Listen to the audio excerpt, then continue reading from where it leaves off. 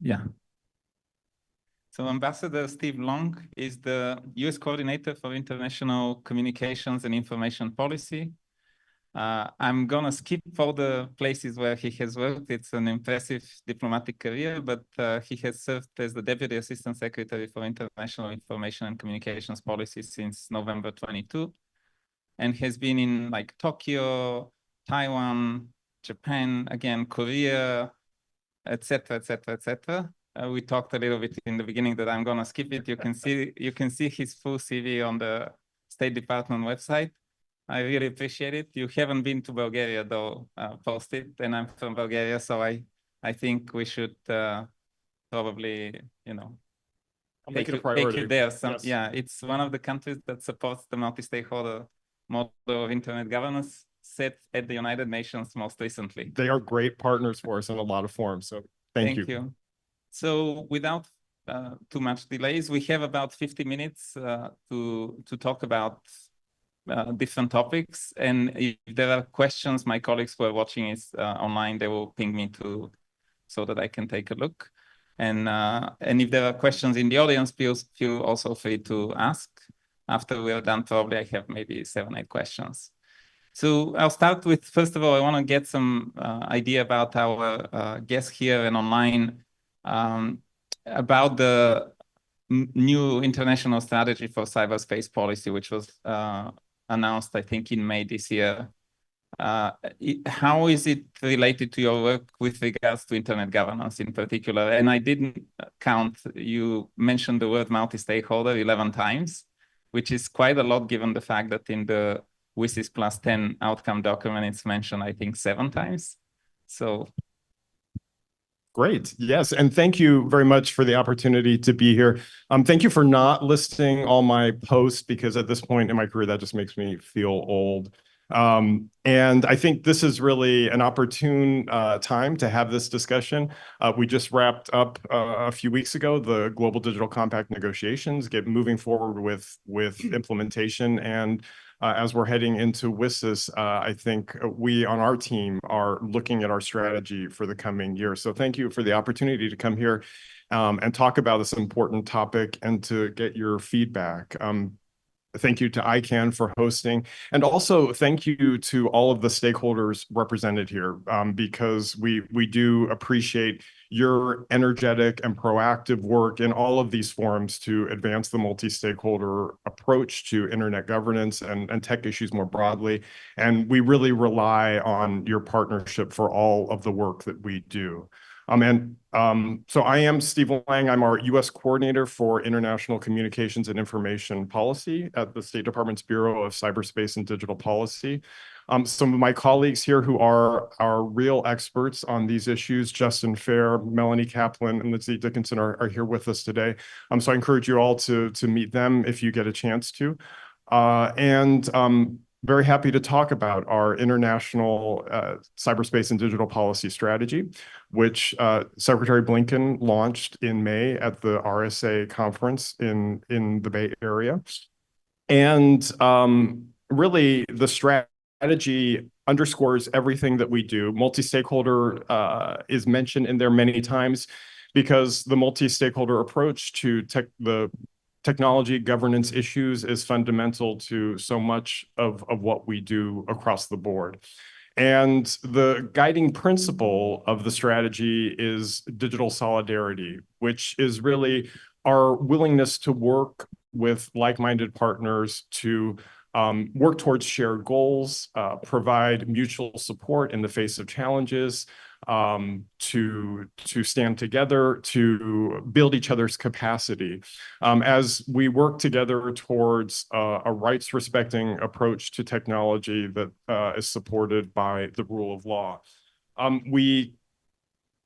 Our strategy is intended to support this approach and to advance our goals under the national security strategy and the national cybersecurity strategy as well. We continue to see around the world repressive authoritarian regimes who want to use technology to destabilize international peace and the global community, to harm others, to exert malign influence, and to undermine human rights. And our intention is to work with our partners to create an ICT ecosystem, to strengthen an ICT ecosystem that is open, interoperable, secure, and reliable. Digital solidarity is based on the idea that recognizes that we and our like-minded partners are more secure, more prosperous, more self-determining when we work together to advance these approaches to technology. And our goal is to create networks of the future to ensure that the infrastructure that they operate on, the applications that they enable, the data that they carried are all governed in a rights-respecting approach that advances our democratic values. And multi-stakeholder approaches to governance are fundamental across that. And again, we rely on our work with all of you to advance it. Thanks a lot. By the way, another statistical fact is that multilateral is mentioned only 10 times. So again, I'm a big fan of multi-stakeholderism, but I wasn't expecting that from the State Department. But your department, your Bureau of Cyberspace and Digital Policy, it's a relatively new part of the State Department. So are you the primary, if anybody from the business community, you know, we have a lot of stakeholders here from ICANN constituencies. If they need to talk, are you the people that they need to talk with regards to internet governance? We are happy to be your first window and to help you find the right people in the U.S. government. Often we're the people you need to talk to, but of course it's a team effort across the U.S. government. We are a new bureau. We're about 2.5 years old. And when the bureau was created, it brought together different teams working on cybersecurity, advancing our interests in the digital economy, and promoting digital freedom together into one unit. Previously, they were spread across different units in the State Department, and we view that as really critical because these issues do affect our national security, our economic interests, and our democracy in fundamental ways, and we need to approach them holistically. I'd also note that our Bureau reports directly to Deputy Secretary of State Kurt Campbell, and I think that reflects our interest in elevating these issues and raising their visibility in the international forums that we engage in. And although we are relatively new, we're busy across a wide range of international, multilateral, and multi-stakeholder forums. We've had a busy, challenging, exciting year so far. Looking back at the adoption of the first UN General Assembly resolution on AI that my team worked closely with New York on back in March. My colleague, our coordinator for digital freedom, Eileen Donahoe, represented the United States at the Net Mundial Forum back in May. I have participated in the WSIS Forum, G7, G20, SCAP ministerials, along with Ambassador Fick, the head of our bureau. Of course, we work closely with our U.S. mission colleagues in New York to coordinate and negotiate the global the Global Digital Compact, and Ambassador Fick led a full court press at the UN on digital issues that included U.S. hosted side events on AI for sustainable development, bridging the gender digital divide, combating spyware, and as well as advancing connectivity through undersea cables. And we have a busy fall coming up too. If I can put in a plug for the things coming up, of course, we're gearing up for implementation of the GDC, as I mentioned. I'll be heading to New Delhi later this week for the ITU's World Telecommunications Standardization Assembly. Ambassador Fick is actually getting on a plane today for another G7 digital ministerial meeting. We have a range of OECD meetings coming up. And of course, the IGF will be taking place in December in Saudi Arabia. All this as we head into a year where we'll be working on the WSIS Plus 20 review. I mean, we also have an ICANN meeting in November. You're welcome to join in Istanbul. Thank There you. is a direct flight, so Thank it's you. going to be easy. But you mentioned the Global Digital Compact, and that's of particular interest. We published a blog post yesterday about the GDC and the outcome. And I wanted to ask you, keeping in mind the other process that is going to be next year, the World Summit on the Information Society Review of WSIS Plus 20, so 20 years after the summit. There were a lot of comments on the GDC. In fact, ICANN created a whole outreach network, which we called WSIS Plus 20 Outreach Network. We have more than 500 members of the mailing list. We are sharing information. We do briefings regularly when there is, when different draft versions of the compact were published. And aside from the process, which has been criticized a lot by the fact that, stakeholders were not basically part of it, formal part of it, because the rules of procedure of the UN General Assembly do not allow formal participation. But there is some positive feedback that came on with regards to the content related to internet governance, in particular, because that's at the end of the day what ICANN is interested in and what the ICANN community is interested in, that the multi-stakeholder model of internet governance is maintained, improved. We've seen that with the WSIS Plus 10. What are your expectations? First of all, what are your observations about the GDC in terms of process and the lack of meaningful participation of people? There was no recording when there were these deep dives with people from around the world participating, but also there were limitations like 2 or 3 minutes per person. And you have people who've been awake at 3 o'clock in the morning just to speak for 2-3 minutes. And with regards also to the content itself, apparently if you can focus on the internet governance, because all the other stuff is, connectivity, etc. This is not part of what we do. Yes. Well, first I'll say that for the United States, we see the GDC as a significant and positive outcome overall.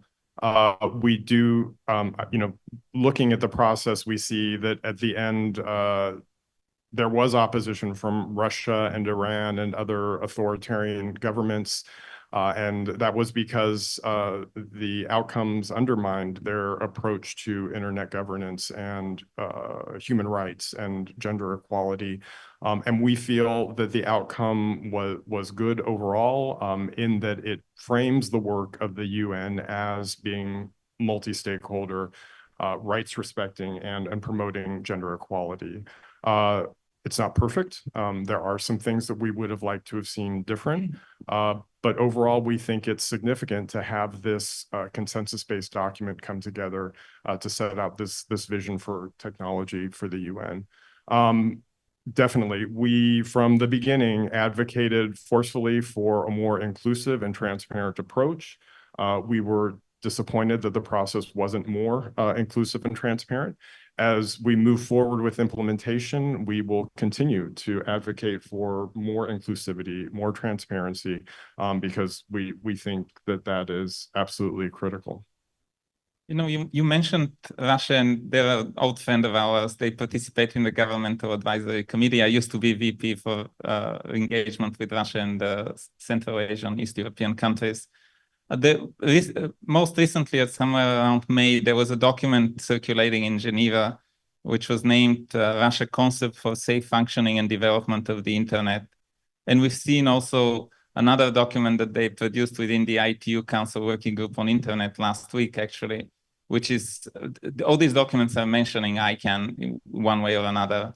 And I was wondering whether they suggest now that there is a need for a UN convention, which is not along the lines of the WSIS and the Tunis agenda and the WSIS Plus 10 outcome. So do you have any idea what might be driving such an effort, given that Russia actually is an active participant in the GAC and they never come to ICANN to say, hey, we think you guys should do this or that, but they go to the UN, to the ITU, and any ideas? Well, we have seen the concept note, and I mean, from our point of view, this is a repackaging of long-standing Russian goals related to internet governance, tired Russian objectives. that undermine multi-stakeholder internet governance, that promote a top-down intergovernmental approach. And these ideas have repeatedly failed to gain traction in multiple forums. The US will continue to champion multi-stakeholder approaches and push back where we see this kind of effort by Russia. And it's incumbent upon all of us to remain vigilant to make sure that we continue to strengthen multi-stakeholder approaches to governments. And in that relation to that, you mentioned earlier that you're going to go to the IGF in Saudi Arabia. It's not clear yet where the next IGF will be. There are two competing proposals, and they were both announced. So there is Norway and there is Russia. And I don't know when the Secretary General and the Secretariat will take their decision, where to host it. But next year at the WSIS Plus 20, there will be a review of the Internet Governance Forum. And there were already attempts within the GDC process to create a new multilateral body called, I think it was called something, Digital Cooperation Forum. It was not created. The GDC at the end decided not to do that. But how do you see the future of the IGF? This was also one of the headlines of our meeting today. Do you think that the UN will decide to extend it, or do you think that there are enough calls to somehow change it, make it more of a decision-making body, something like that? Well, first of all, I'll just emphasize that the United States continues to strongly support the IGF as the preeminent forum for discussion, open, transparent discussion among all stakeholders of important internet public policy issues to find solutions that are innovative, rights respecting, and empowering. Of course, the forum can be strengthened, and we want to continue to work with our partners to continue strengthening it. We do not consider the Russian offer to host it to be serious or credible, and we will not support that proposal. But it's absolutely a top priority for us over the next year to make sure that the IGF's mandate is extended by the General Assembly through the WSIS Plus 20 process. Well, that's important for us because ICANN is also one of the big supporters. Last year we had a big delegation. Tripti Sinha here is our chair. She was head of the delegation to the Kyoto IGF, and everywhere where we would meet, people would be saying, the IGF is coming for a renewal. We do continue to support it, and we do support the IGF participating also in the multi-stakeholder advisory group, etc. And we believe that it's important to continue because that's the only place where actually all stakeholders come on equal footing to discuss issues related to the internet. And the topics are like so many and so different. I mean, we have our own, other members of the technical community have their own, but you also have civil society, governments, businesses, individuals, etc. So thanks for, your express support. Hopefully, we know it's an election year, but hopefully there will be also some financial support for the IGF would be great. So they get some more independence. By the way, this was one of the topics around the GDC. There was some language in some of the drafts about the funding of the IGF, and at the end, it didn't make the final version. It seems like some member states are willing to commit to funding the IGF, and others were like, no, it should be left to the stakeholders. What's your view about the fact that at the end of the day, the IGF has been almost 20 years, next year it's going to be 20 years. And it has survived through all these challenges. We went through the pandemic going into completely virtual meetings, but not only member states, but a lot of companies are supporting it, non-profit organizations like ICANN as well. Is this like a possible model for other types of governance of other digital related issues? Well, I think that's a question we often get with regard to AI governance, which, of course, AI has been an incredibly hot topic across a range of multilateral and multi-stakeholder forums. And the two topics, internet governance and AI governance, are not completely analogous, but there are similarities. And I think the multi-stakeholder approach to governance that the IGF and internet governance broadly have showcased provide an important foundation for governance across tech issues, including AI. And I think we'll want to make sure that AI governance processes are inclusive, transparent, and have expert-led discussions, because especially in a fast-moving technology like AI, that's absolutely critical. I mean, I was going to ask another question for AI, because next week you mentioned you're going to New Delhi. There is the Global Standard Symposium, where there is a whole section about AI. And we have a Tripti will be speaking there. And it's interesting how it seems like AI became more popular in the last couple of years with mainly ChatGPT. But I don't know why, because there are many more applications of AI which are more important than, asking some bot basically to write your homework. But do you think that there are lessons that we can and you mentioned the UN resolution, that was the US-driven resolution. I believe there is another one also in the workings, which is led by China, and the US resolution was actually supported by. There was no opposition to it. But do you think that there is a way to use the lessons from the multi-stakeholder model and make sure that all the stakeholders, especially the technical community, which is a fundamental part also of development of AI, could be part of that AI governance model?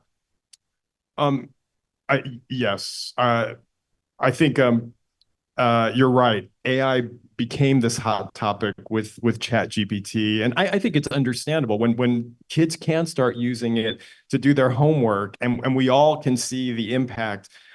Suddenly, governments become very interested, and I think ChatGPT and students using it for the homework showed both the potential and the risks of this technology, and that's why the US has been a leader in this space and has moved relatively quickly on this front. First with the voluntary commitments that the White House announced with AI developers more than a year ago, the president's executive order on AI, and then moving forward with our partners in the G7 on the code of conduct, leading the first UN General Assembly resolution. We also engaged deeply with our Chinese counterparts on their resolution regarding AI and capacity building, which did pass by consensus. And we worked hard to make sure that was something that we could support as well, to make sure that it included the things that we needed and did not include the things we didn't want to see. And with the GDC and what that has put forward for the future of AI as well. And absolutely, stakeholders have to be deeply involved in each part of this process, because it is a technology that moves so quickly, affects so many parts of our lives, has so much potential, and also has great risk, which we need to be very careful about. We need to make sure that we're managing the risk to make sure that we can realize these incredible benefits of the technology. In the coming months, we're going to be monitoring closely and working closely with partners to make sure that GDC implementation proceeds in a way that ensures stakeholder participation in governance. We'll be working on the terms of reference for the International Scientific Panel on AI, as well as the AI Governance Dialogue. So we will be keeping that in mind in those processes. And I just want to underscore that these UN processes do not supersede the other work that is going on. We need to make sure that they complement work going on in forums like the OECD and G7 and between AI safety institutes. Thanks a lot. I mean, we have some questions, by the way, online. And then if people in the room here have questions, you should, I can rotate one from online and one in the room. And there is probably a microphone. Yeah. talking about AI. I will start with the one from Hossein Badran. In your opinion, what role would the independent scientific panel in AI and the global dialogue on AI governance proposed by the Office of the Secretary General Environment Technology play in the harmonization of AI regulation and adoption of AI technologies? What coordination is required with existing efforts by international organizations? Well, I'll say at the top that one of our top priorities is to make sure that any processes coming out of the Global Digital Compact and led in New York complement and don't duplicate or overlap with processes that are taking place in many different other parts of the UN system, in the ITU and UNESCO and elsewhere. There is good work that is happening. We want to make sure that that continues and is strengthened. We want to make sure that all of this work includes participation by stakeholders. But it's going to be a process to make sure that we do have frameworks that provide that kind of environment. Thank you. The audience here, yes, and just say your name and your affiliation, please, for the people who are online and for us. Okay. Good morning, everyone.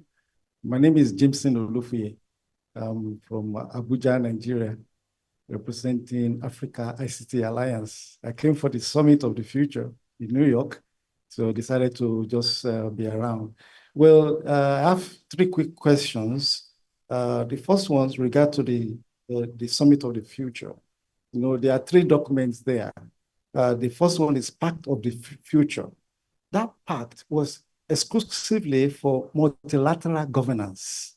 You know, I've been curious, you know, why? You know, you emphasize multi-stakeholder.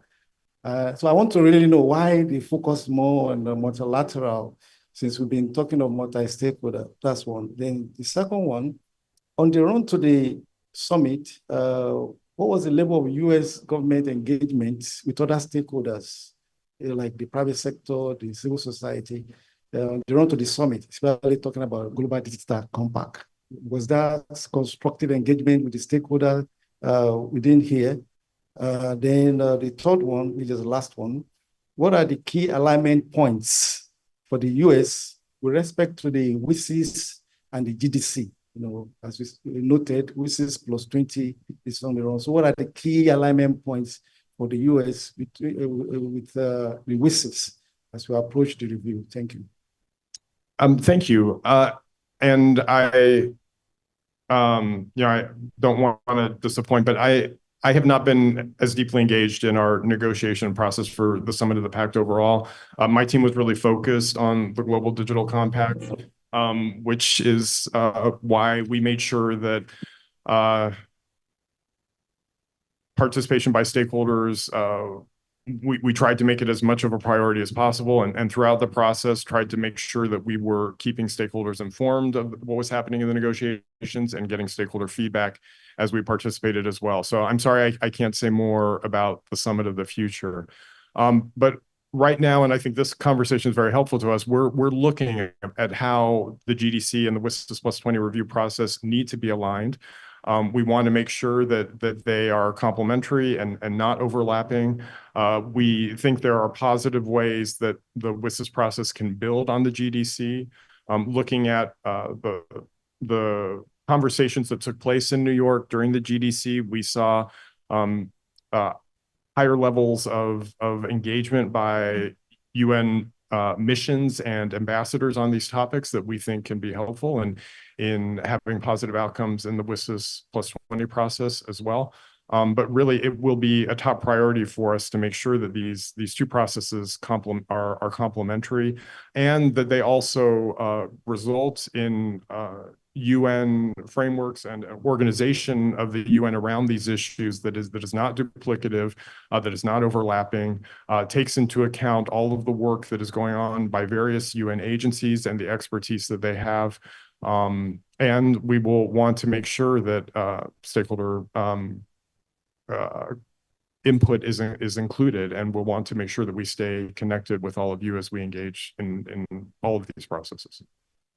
Thanks. There is another online question from Anil Jain or Jain. in cyber solidarity, how to take care of those countries who are facing problems in upgrading internet infrastructure due to lack of resources? Advancing connectivity is a priority for the U.S. It's a bilateral priority for us with our partners around the world. It's something that we want to promote the work of multilateral organizations as well as in this area. There are no easy answers. I know that one priority for us will be to try to continue to strengthen developing country stakeholder participation in organizations like the IGF. Our event at the UN General Assembly on undersea cables is an example of the kind of work that we're trying to do to advance connectivity. There are no easy answers, but it's going to be something we'll work with our partners across the board on. Thanks. Just looking around to see if there is anyone else here. Yes. Because we have several more questions. Okay. Which are interesting.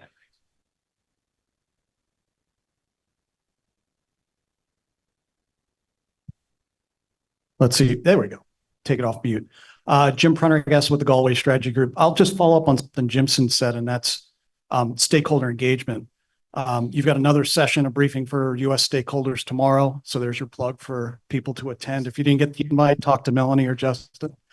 But also, the U.S. sort of leads the way in allowing non-government participation in delegations to the ITU and other fora where internet governance issues are discussed. So keep up the great work. For those who want to join those delegations, again, talk to Melanie and Justin. I participate in a lot of them, and I get a lot of benefit from it, but I think I also contribute a lot to it as well. Thanks. No, thanks for that plug. Absolutely agree 100%. It's critical to our work. We couldn't do it without that participation. Not that it doesn't come out with its headaches, but it definitely makes us more effective overall, and it's not something we'll stop. You know, that's actually, thank you. That's an important question because at the end of the day, the UN General Assembly is not going to change the rule of procedure for the WISs, because they have to change it for everything, not just the WISs. But countries, Bulgaria too, are inviting experts, subject matter experts, to be on their delegation so that when the negotiations are taking place, there are people who understand the issues from the technical point of view, civil society, businesses, etc. I've seen it at the WISIS Plus 10. I was with the Bulgarian delegation back then, and in the room there were experts from around the world who were contributing really positively, because when the conversation goes about, let's say, how the internet functions, it's very important that you have people or knowledge, maybe not people, but knowledge in the room to make sure that, you know, they when they talk about different issues, they don't confuse, for example, content with the technical underpinnings of the internet, which ICANN is responsible for part of them. And this is important because I remember in one of the conversations, there was a diplomat who made the assumption that ICANN is a monopoly. And he was asking, well, why don't you move this to the UN? And the answer that came from an engineer who was there was like, well, you can do that. You just need to persuade all the millions of internet service providers around the world to use different root servers. And, you know, that ended the conversation, because the technical answer is sometimes more important than a political answer, which would be very, you know, correct. And, you know, you have to use a lot of, so thanks for all those governments who are bringing people. Yeah, I think that's a fantastic point to add on there, that join our delegation, but don't just join our delegation. Join, get your colleagues to join delegations of other countries around the world. I think the U.S. is a leader here, but many other countries are also doing the same. I can give credit here to Sweden, by the way. You can get on the Swedish delegation. They don't ask questions. They have privacy laws and they really follow them. So Avri Doria, who is a former ICANN board member, has a question. If the governments are stakeholders in the IGF, why doesn't leaving the funding to the stakeholders include responsibility for helping in the funding and doing their share? Remembering that half the seats in the IGF multi-stakeholder advisory groups are government seats, and that the UN determines who sits in the leadership of the IGF, shouldn't they have a responsibility? I think, I'll acknowledge that funding for the IGF is an important challenge, and it's something that we need to focus on. I don't have an easy answer on this, but this is actually very helpful feedback for me and my team to take this back and make sure that we're aware of what a key concern this is for our stakeholders and try to work with you all to find solutions. Thank you. Looking around, yes, please. I don't know this gentleman, but he has a question.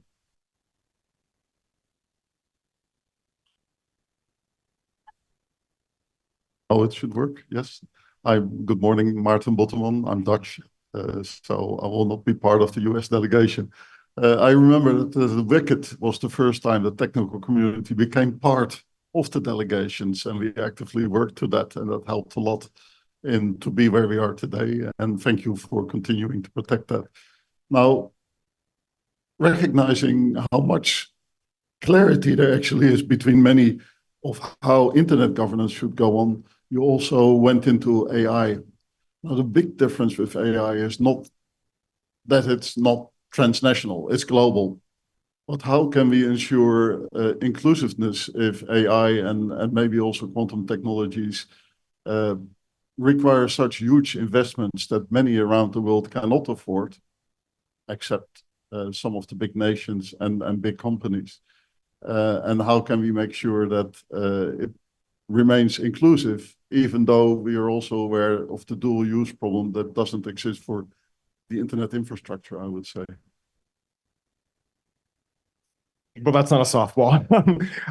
That's, a tough question. And what I can say is that making sure that all countries around the world are able to realize the benefits of AI is an important priority for us.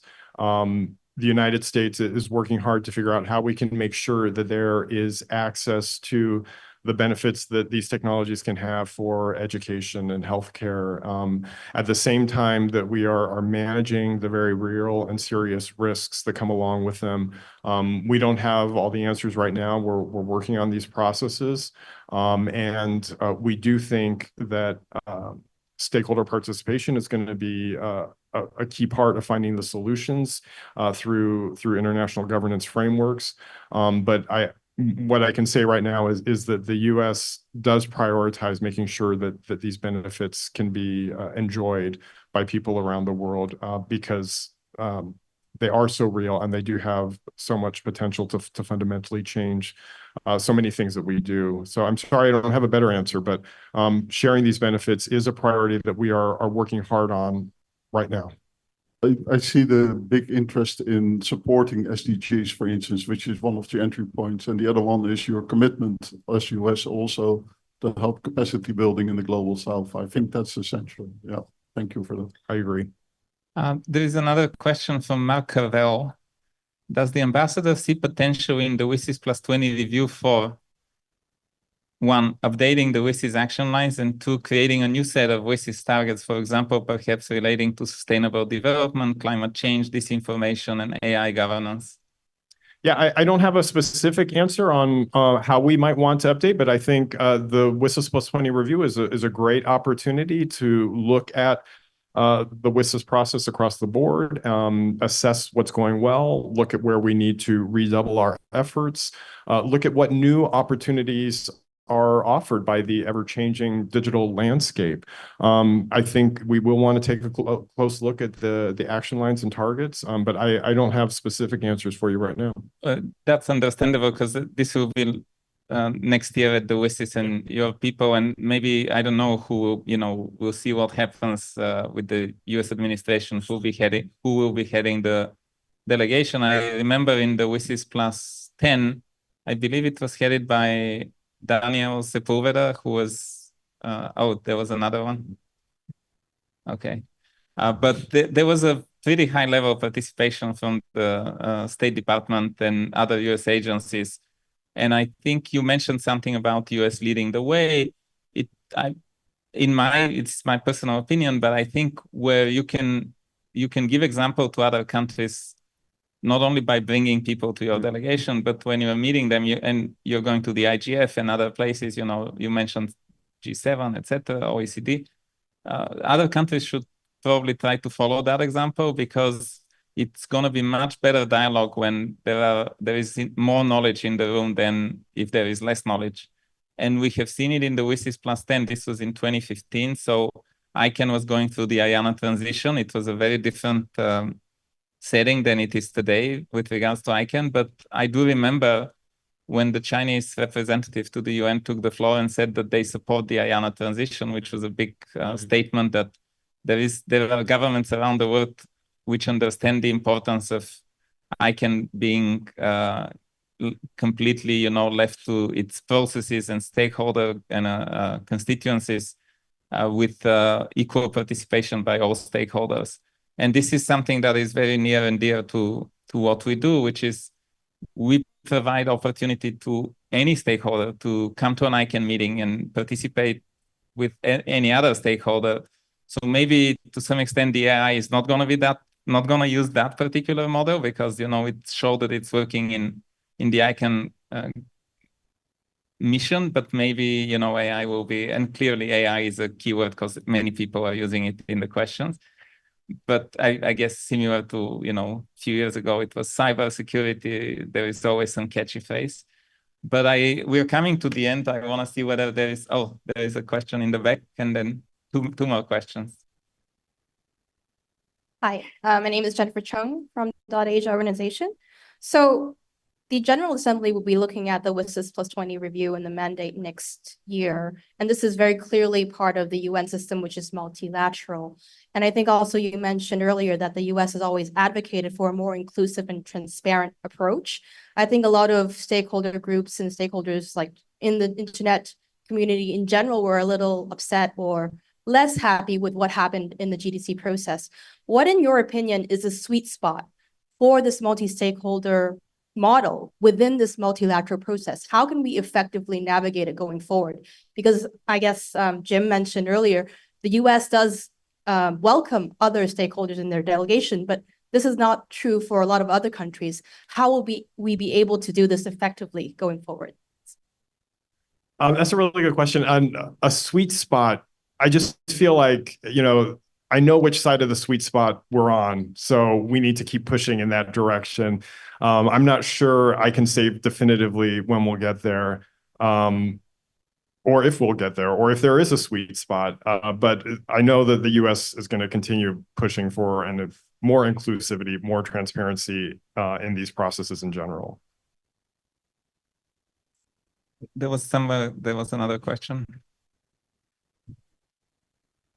Just in line what Jim and my colleague there mentioned, it's regard to this multi-stakeholder participation. The US is clearly the frontliner when it comes to engagement, okay, inclusive engagement. And I could recall in 2014 during WICIT, there was actually a call out from RTU that the delegation be multi-stakeholder. And based on that, in Nigeria, for example, there was a kind of multi-stakeholder call, and we got that. Private sector was embedded in the delegation. Okay, but since that time, we've not had anything. So I think maybe as a leader, you might need to be more proactive, just as Jane mentioned, in pushing that, let it still be multi-stakeholder. So just a kind of a commitment to continue that right. I do have heard you have said it, but still emphasizing that a kind of more additional push, will encourage other nations, because there is tremendous benefit when all brains are in the room pushing an agenda forward. Thank you. Yes, and I think I mentioned before, but let me reemphasize that one of our priorities is to try to promote more stakeholder participation from developing countries. We think that's critical. Look, we've talked a lot about AI governance. One of our priorities is going to be to make sure that developing countries have a voice in these governance discussions, that they feel like they have a voice too. And part of that is including stakeholders from developing countries. I mean, we can be a leader in this because we have such a strong stakeholder community in the United States. So we also look to you to help us promote stakeholder participation from other countries as well. Thanks. There is one more last question on the online, which is actually related to ICANN, so I will have to answer it, but I want to read it so that Nicolas Fiumarelli says, in light of the Pact for the Future and its emphasis on enhancing the multi-stakeholder model, how does ICANN see its role in evolving this approach to include a wider range of voices, particularly youth, in internet governance? As we approach the IGF in Riyadh, how can ICANN help strengthen the multi-stakeholder model present across forums like the IETF, RIRs, and ICANN itself to ensure more inclusive and impactful participation? So we actually, we are open, anybody can come and participate at different ICANN constituencies, mailing lists, ICANN meetings that we have 3 times a year publicly around the world. And we do encourage any type of participation. What I have observed is that people who have interest in this, they kind of become natural leaders, and they participate. They apply for funding. They go to ICANN meetings, but they also go to the IGF. And the next generation, because we're already, in the second generation, I would say, after the initial internet pioneers, the next generation is already here. I mean, it's a matter of the laws of nature. So the more people engage, the better options they have to influence all these processes and not be just part of participating.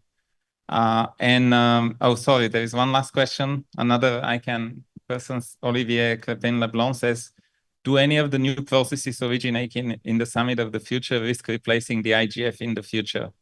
How IGF friendly are these UN-led processes? Well, our objective is to make sure that the mandate of the IGF continues and that new processes do not overlap or duplicate the IGF or other existing entities. Well, thanks a lot. We are at the end of our time. Naila, what's the next step? Yeah, 5 more minutes if you want. Do you want to take any other questions? Okay. Maybe now it's on. Okay, I think that's better. You actually have 5 more minutes if you want to take any additional questions from the room. Anyone in the room, or everything was crystal clear? It's either everything was clear or nothing is clear. So I think we're safe using the first. Yes, please. Hi, Steve. My name's Chris Martin. I'm with Access Partnership. I was curious the USG's perspective on working with other governments this time around. Has it shifted at all since some of the other major intergovernmental conversations around this? Did you see potential new partners standing up more? Did you see shifts in positions with some of the sort of longstanding fence sitters or those that are on the opposite side of the aisle traditionally, but may be thinking about new ways of thinking? So I'm just curious what your perspective on was that during the last set of negotiations. That's a really good question. And to be honest, I think I'd have to think about it more. I guess what I would emphasize is that over the long term, I think we've seen a consolidation of support for multi-stakeholder approaches broadly. And that's part of the reason why we think having a clear, recent, and decided by consensus statement in support of multi-stakeholder approaches in the Global Digital Compact is really key and fundamental, and sets us up in a better place heading into next year with the WSIS Plus 20 review. Yeah, I'm sorry, I said this is the last question, but you mentioned something about the consensus, and we have a couple of more minutes. This is an important thing to note that there are several other processes at the UN. There is an open-ended working group on cybersecurity, and the UN ad hoc committee just drafted, and the General Assembly will pass a resolution accepting the new Cybercrime Convention. And these processes both actually were consensus-driven. And that is an example how, even you mentioned, I think in the beginning, Russia was objecting to some of the texts in the Pact for the Future and the Global Digital Compact, but they did not formally object. So there is still consensus. So is this maybe the way forward, like trying to reach consensus on topics which are otherwise governments maybe, have different views and opinions. And if that is the case, then, I mean, obviously, the UN negotiations, sometimes diplomats say everybody should be equally unhappy so that they reach a consensus. Is this the way forward? I don't think there's a clear answer one way or another, whether consensus or which kinds of approach work better. I think we have to look at different situations and take the approach that makes the most sense in that situation. I think the Cybercrime Convention shows some of the challenges. And like I said, with the GDC, we are happy with the outcome overall, but it's not exactly what we would have wanted to see in the document. There are things we would like to see different. And implementation is going to be the key question in terms of whether or not it's a positive outcome in the end. Well, thanks a lot again. Thank you for coming today. And I look forward to the rest of the discussions today, Naila. Thank you.